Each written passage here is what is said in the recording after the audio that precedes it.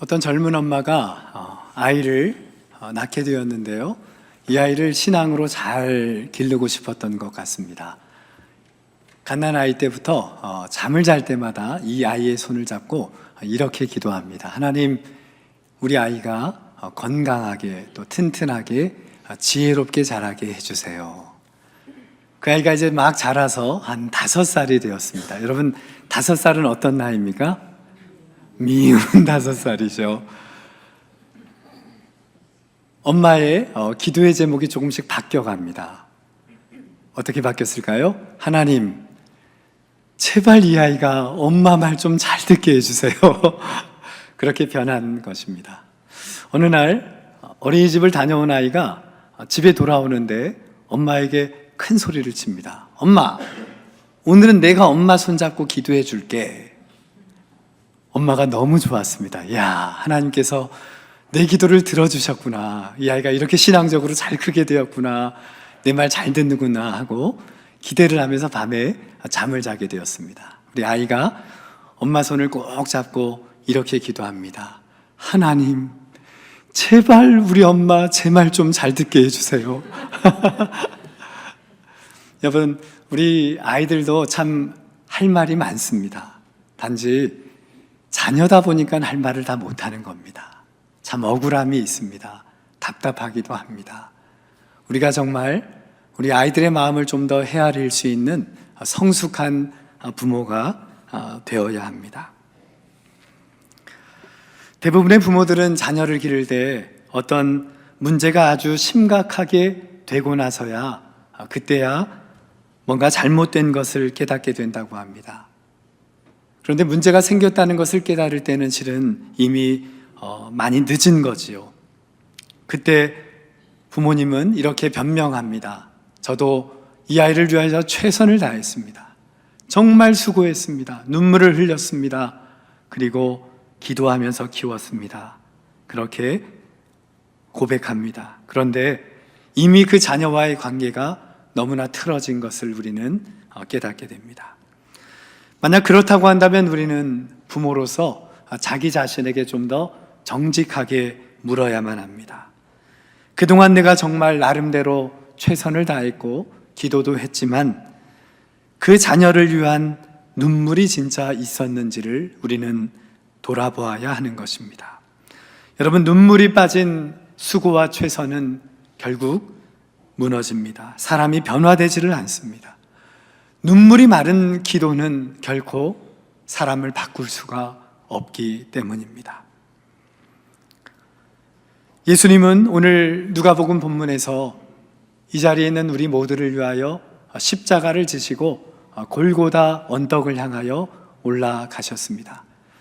지금도 성지순례를 가서 예루살렘 성에 방문을 하게 되면 거기에 있는 안내원들이 사람들을 데리고 예수님의 십자가의 길 각 처소를 하나하나 설명해 줍니다. 그때마다 그 길을 가면서 여기에서 예수님이 쓰러지셨다고, 여기서 넘어지셨고, 여기서 눈물을 흘리셨고 아파하셨다고 그렇게 우리에게 안내해 줍니다. 정말 그 좁은 길을 어떻게, 그 오르막의 길을 십자가를 지고 걸어가셨나, 정말 그 주님의 마음을 다시 한번 생각해 보게 됩니다. 주님은 분명히 그 언덕에 올라가는 중에 여러 번 쓰러지셨습니다. 그런데 우리 예수님을 따르던 사람들이 참 많았습니다.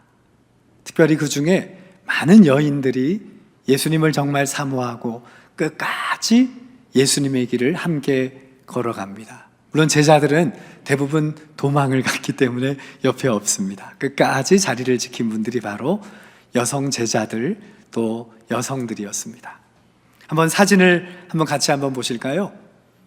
네, 예수님이 걸으실 때 저렇게 나이를 떠나서 아이를 키우는 엄마도, 또 나이 많은 여인도, 우리 많은 여성들이 예수님의 십자가의 길에 동행하였음을 우리는 그림을 통하여 알게 됩니다.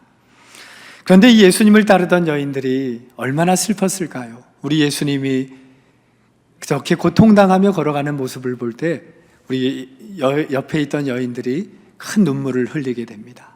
통곡하며 울었다라고 성경은 우리에게 전하여 주고 있습니다.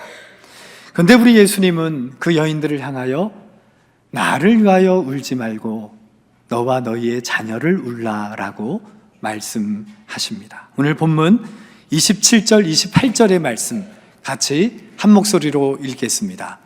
또 백성과 및 그를 위하여 가슴을 치며 슬피 우는 여자의 큰 무리가 따라오는지라. 예수께서 돌이켜 그들을 향하여 이르시되 예루살렘의 딸들아 나를 위하여 울지 말고 너희와 너희 자녀를 위하여 울라.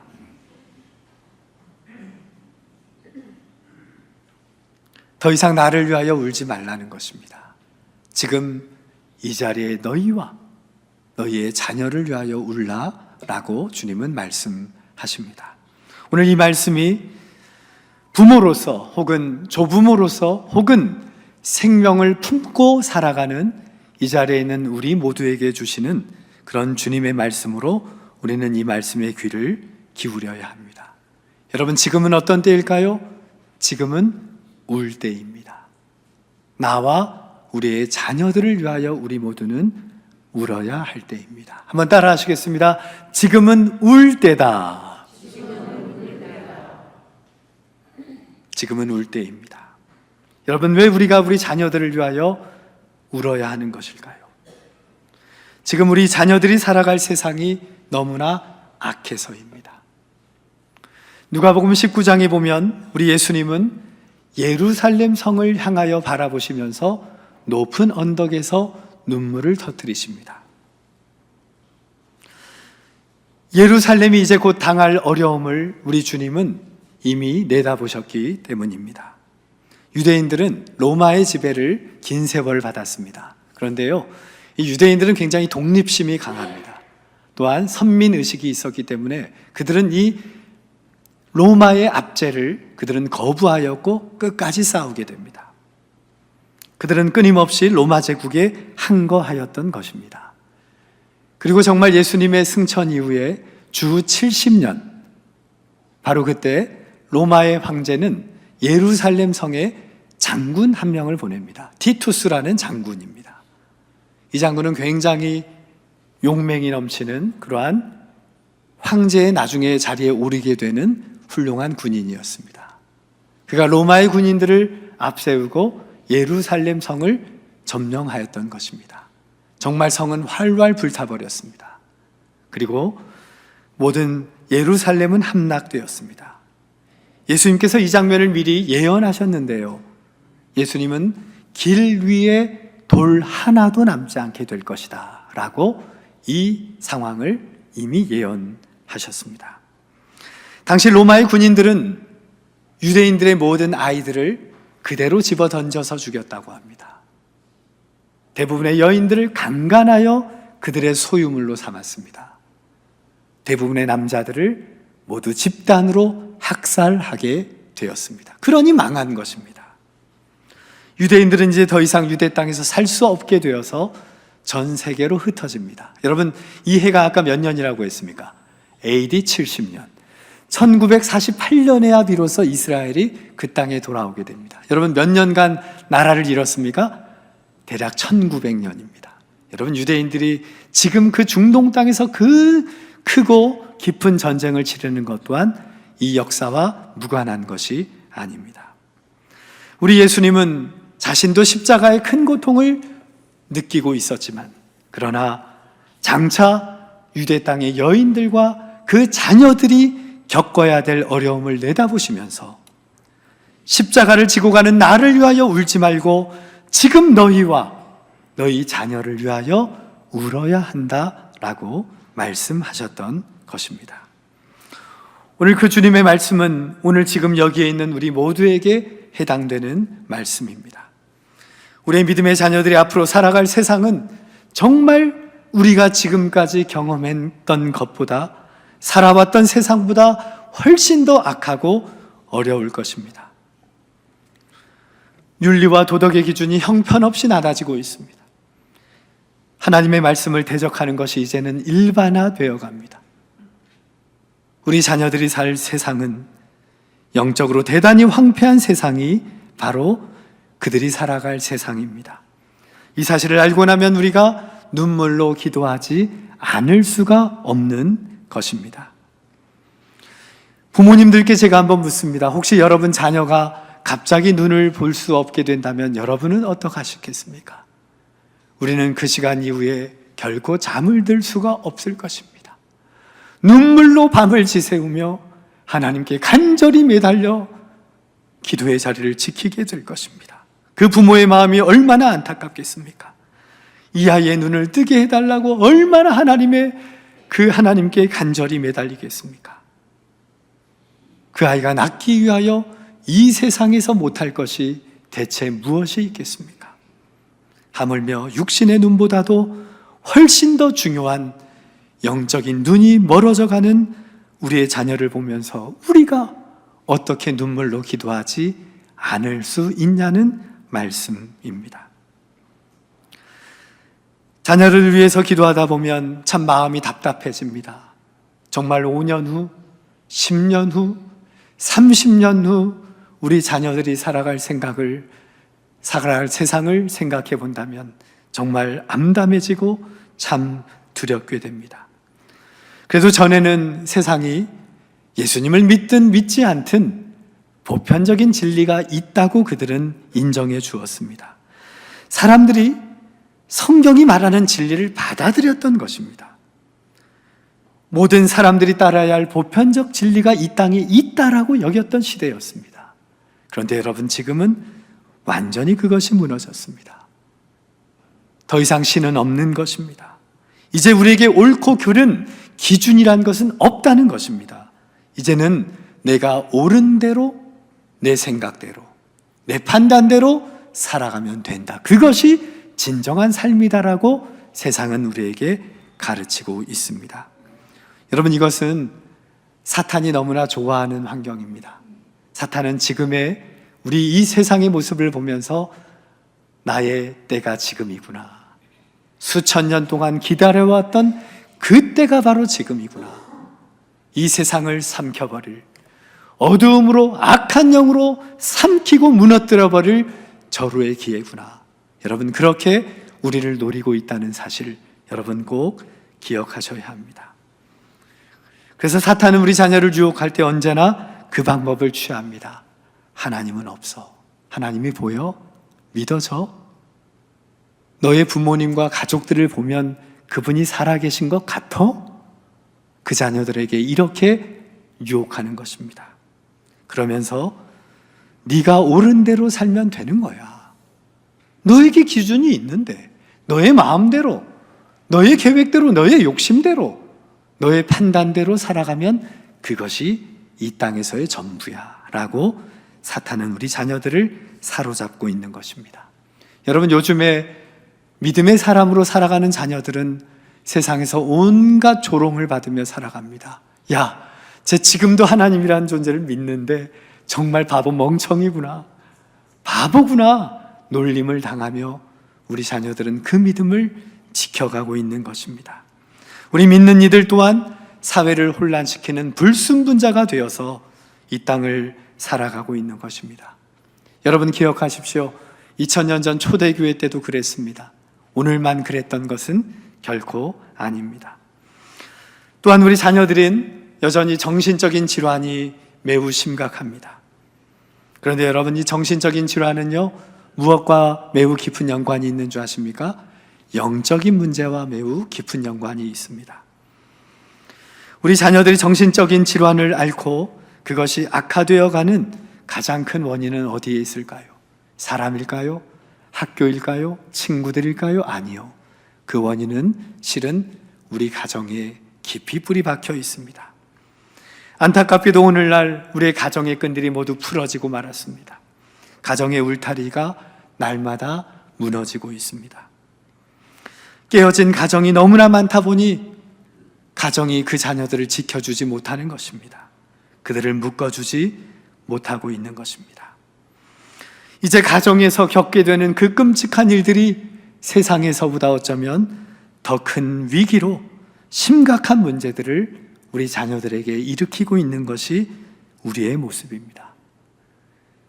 여러분, 여기에다가 우리 사회적인 분위기도 한 몫을 합니다. 사탄은 이 세상을 너무나 어둡게 악하게 만들려고 합니다. 그리하여 이러한 정신적인 질환을, 아픔을 겪는 자녀들은 이 세상에 설 때마다 더 큰 환난과 위기와 갈등과 낙심 가운데 빠지게 되는 것입니다. 사탄의 어두운 세력들이 우리 자녀들을 마약에 손을 대게 하고 도덕적으로 타락하고 성적으로 더욱더 문란한 삶을 살아가도록 이끌어가는 것이에요. 여러분, 우리 자녀들이 이것을 견딜 힘이 있겠습니까? 우리 부모가 그것을 이기라고 하면 이기겠습니까? 불가능한 것입니다. 정말 어려운 것입니다. 정말 무너진 삶을 그들이 감당하지 못하는 것입니다. 그러니 정신적인 질환이 더 깊어질 수밖에 없는 것입니다. 여러분, 이런 시대에 우리 자녀들이 살고 있다면, 그리고 그들은 앞으로도 이 삶을 이 땅에서 살아가야 한다고 합니다. 그러니 우리가 기도하지 않을 수가 없고 하나님 앞에 나와서 이 문제를 가지고 하나님께 의탁하지 않을 수가 없는 것입니다. 여러분, 지금 이 시대를 누가 제일 좋아합니까? 사탄이 제일 좋아합니다. 이야, 정말 절체절명의 순간이구나. 내가 사느냐 죽느냐가 여기에서 결정되겠구나. 자신의 때가 얼마 남지 않았다는 것을 누구보다 잘 아는 사탄이 바로 이 마지막 발악을 하는 때에 우리는 지금 살아가고 있는 것입니다. 여러분, 이 원수 사탄의 목표물은 하나라고 합니다. 누굴까요? 한번 따라 하실까요? 우리 자녀. 여러분, 사탄의 목표물은 우리 자녀입니다. 여러분, 혹시 방송에서, 다큐멘터리에서 사나운 야수들이 노리고 있는 동물이 뭔지 아십니까? 사자나 호랑이, 하이에나 등은 결코 성체, 다시 말하면 번식 능력이 있는 동물들에게 그들이 다가가지 않는다고 합니다. 누구를 잡을까요? 그들의 목표물은 오직 하나입니다. 새끼입니다. 새끼를 잡는 겁니다. 여러분, 왜 그런 줄 아십니까? 새끼는 힘이 없기 때문입니다. 새끼는요, 싸워보지를 못했습니다. 그냥 먹히고 마는 것입니다. 그냥 끝나고 마는 것입니다. 그러니 사나운 야수들은 새끼를 목표로 달려드는 거예요. 부모들이, 성체가 그 새끼를 위하여 자신의 목숨을 버리고 싸울 때가 있지만 결국 사탄이 노리는 것은 바로 여러분의 자녀라는 겁니다. 여러분, 이것을 우리가 깊이 명심해야 합니다. 우리에게 자선 냄비라고 불리우는 잘 알려진 구세군이라고 있습니다. 기독교 한 종교의 분파인데요. 특별히 구세군을 19세기 말에 세웠던 한 부부가 있습니다.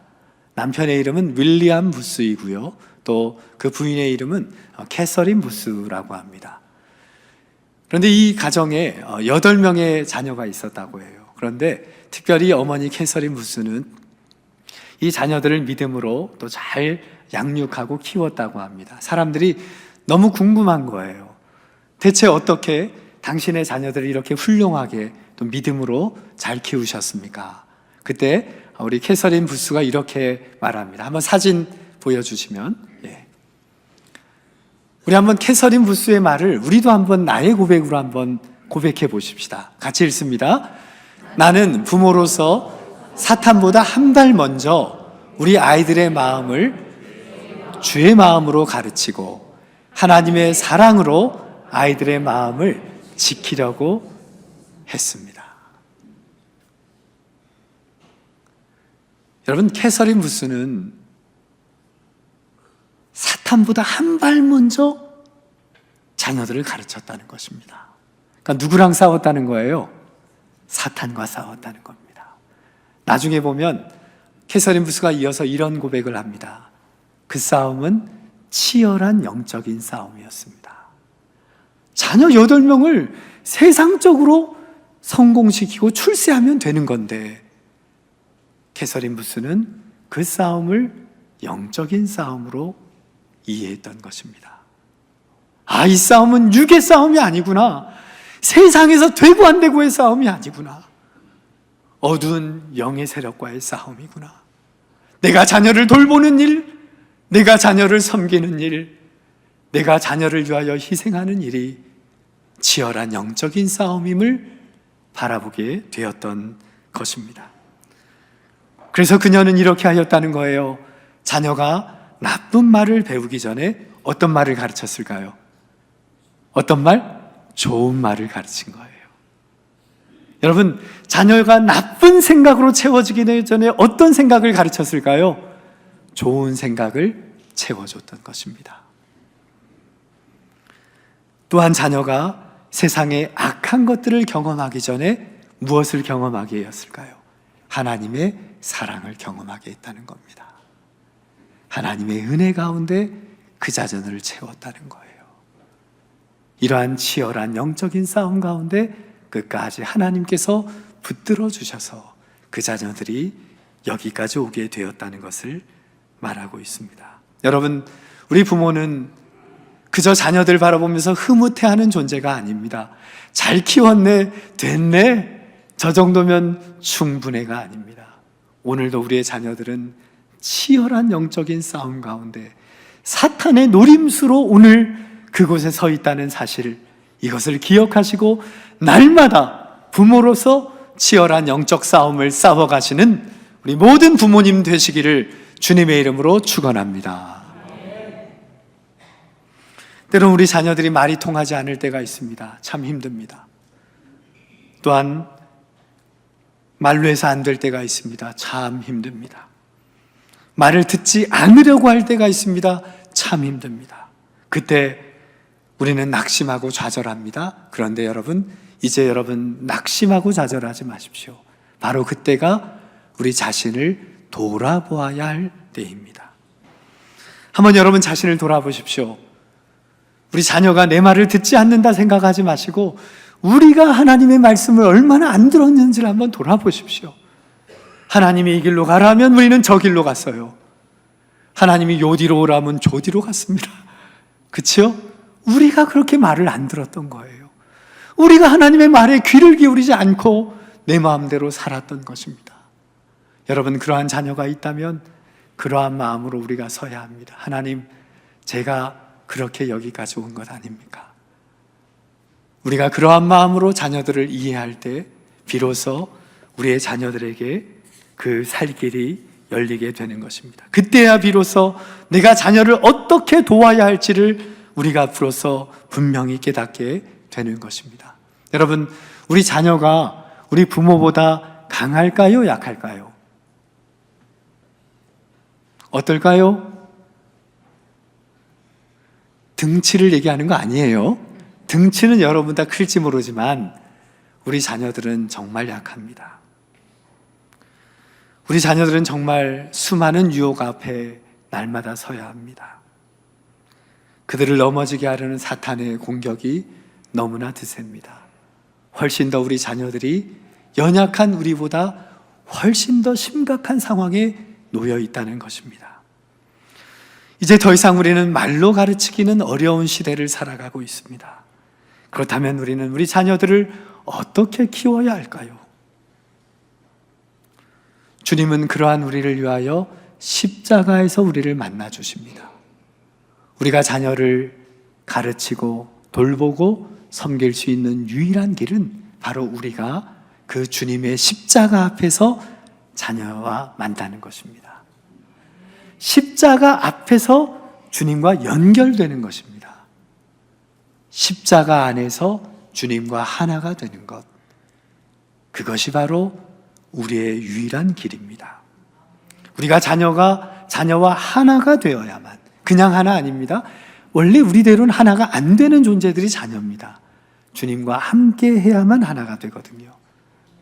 그래서 우리가 날마다 주님 안에서 하나가 될 때 더 이상 그 자녀들을 이래라 저래라 잔소리하며 그저 훈계하며 그저 비난하며 지내는 것이 아니라 그들을 그대로 주님의 한 몸으로서 우리의 자녀로서 그 관계를 비로소 이루어가게 됩니다.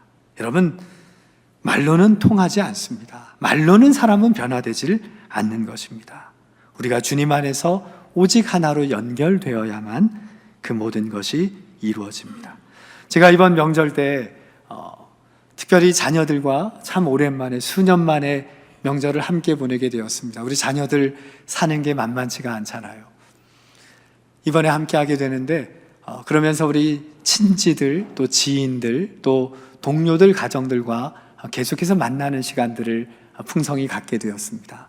그런데요, 참 오랜만에 우리 아이들과 함께 그런 시간을 보내게 되었는데 참 놀라운 일이 있었습니다. 그게 뭐냐 하면 만나는 사람마다 저희를 보면서, 우리 가정을 보면서 어쩌면 너희들은 그렇게 엄마와 아빠를 많이 닮았니? 붕어빵이 아니라 그냥 넌 엄마다, 넌 아빠다 그러는 거예요. 가만히 들어보면 저희는 몰랐어요. 키우는 것도 힘들잖아요. 몰랐는데 어느 날 이 아이들이 다 크고 많이 크고 만나고 나서 보니까 그 아이들의 눈빛까지도, 그들의 행동 하나, 그들의 말투, 그들의 표정, 그들의 생각, 그들의 사고방식, 그들의 모든 삶이 정말 그 부모님의 것들을 너무나 많이 닮아 있더라는 사실입니다. 여러분, 심지어 뭐까지 닮은 줄 아세요? 우리의 마음속에 쓴뿌리까지 닮아요. 여러분, 놀랍지 않습니까? 저 아이가 그렇게 문제가 있는데 보니까 내 문제였거든요. 내 뿌리거든요. 내 쓴뿌리라는 것을 우리가 비로소 발견하게 되는 것입니다. 심지어 여러분, 우리 자녀들은 정말 우리의 질병까지도 닮아가잖아요. 요즘 병원에 가서 선생님 앞에 딱 쓰면 뭐라고 질문합니까? 가족 중에 전력이 있습니까? 언제나 묻는 것입니다. 여러분, 질병까지 닮아가는 것이 우리의 자녀들 아닙니까? 그러니 우리가 하나로 연결되는 것이 얼마나 중요한지 모릅니다. 우리가 부모와 자녀가 하나로 연결될 때, 그때 비로소 우리 부모 자신이 먼저 하나님 앞에 바르게 서게 되는 것입니다. 우리가 받은 그 은혜를 우리 자녀들이 누리게 되는 것입니다. 그러한 자녀들 안에 부모의 변화가, 우리가 먼저 받은 그 은혜가 그들에게 흘러가서 그 자녀들이 변화되는 거예요. 그 자녀들을 우리가 말로 변화시키는 것이 아니라 내가 변할 때, 내가 복음 안에서 세워질 때, 내가 십자가 안에서 주님과 하나가 될 때 비로소 우리의 자녀들이 연결되고 우리와 하나가 되고 더 이상 말이 필요 없는 사랑의 가족, 믿음의 가정이 되어 간다는 것입니다. 여러분, 이것이 우리 자녀들이 이 땅에서 살아갈 유일한 길임을 기억하시기 바랍니다. 이 사실을 알고 난다면 우리의 기도는 이제 달라져야 합니다. 하나님, 이 자녀가 말을 잘 듣게 해주세요. 내가 원하는 자녀가 되게 해주세요가 아니라, 하나님, 이 모든 것이 나의 문제입니다. 나의 뿌리입니다. 고백하며 우리는 눈물로 기도하며 나아가게 되는 것입니다. 그래서 주님이 우리에게 말씀하셨어요. 너희와 너희 자녀를 위하여 뭐하라? 울라. 여러분, 우리가 자녀를 위해 울다 보면 이것이 곧 나를 위하여 울고 있다는 것을 비로소 깨닫게 됩니다. 그 내가 울고 있을 때 비로소 우리의 자녀를 위하여 울게 되는 것입니다. 그러니 주님은 너와 너희 자녀를 위하여 울라. 나를 위하여 울지 말라 라고 우리에게 말씀하셨던 것입니다. 우리가 자녀를 위해서 울 때 우리는 나를 위해서 울게 됩니다. 이 모든 것이 한 문제였기 때문입니다. 같은 문제였기 때문인 것입니다. 자녀의 문제가 내 문제였고 내 문제가 자녀의 문제였기 때문에 그 모든 어려움들이 우리 가운데 있게 된 것입니다. 이제 더 이상 우리는 자녀들에게 너는 변해야 한다라고 잔소리하지 않게 됩니다. 우리 부모가 할 일은 언제나 주님의 십자가 앞에 나아가서 하나님, 주님의 이름을 부르며 우는 것입니다. 주님, 저를 건져 주십시오. 저를 불쌍히 여겨 주십시오. 저를 구원해 주십시오. 저를 긍휼히 여겨 주십시오. 우리가 그렇게 나를 위하여 울며 나아갈 때 그 기도는 우리 자녀를 위한 기도가 되는 것입니다. 우리 자녀를 위한 기도로 나아갈 때 그것이 나를 위한 기도임을 우리는 비로소 깨닫게 되는 것입니다. 우리 자녀들이 이 세상을 이겨나갈 수 있는 유일한 길은 주님과 동행하는 길입니다. 그런데 그 부모가 주님과 동행하지 못하는데 어떻게 자녀가 주님과 동행할 수 있겠습니까? 부모가 먼저입니다. 부모가 정말 그 십자가의 은혜 앞에 나아가서 나를 위하여 골고다의 길을 걸어가신, 그 모든 어려움을 감당하신 주님 앞에서 우는 백성으로 그 주님과 함께 그 길을 걸어가야 하는 것입니다. 제가 마지막 질문을 하나 드립니다. 우리가 나이 들어갈수록 여러분, 부모 노릇을 잘하게 될까요? 못하게 될까요? 간만에 100% 똑같은 답을 냈습니다. 우리는 잘 못합니다. 날마다 더 못합니다. 정말 그것 때문에 힘들고 어렵습니다. 그런데 그래서 우리에게 주님은 울라고 하신 것입니다. 그래서 나를 위하여 기도하라는 것입니다. 그래서 나의 문제라고 여기고 기도할 때 우리의 자녀들은 그 모든 여정 가운데 아름답게 변화될 것입니다. 오늘 그 눈물의 자리를 지키며 여러분에게 맡겨주신 그 생명을 끝까지 품고 주님의 눈물로, 사랑으로, 믿음으로 그 자녀 돌보며 그 믿음의 길을 걸어가시는 우리 모든 믿음의 가정 되시기를 주님의 이름으로 축원합니다.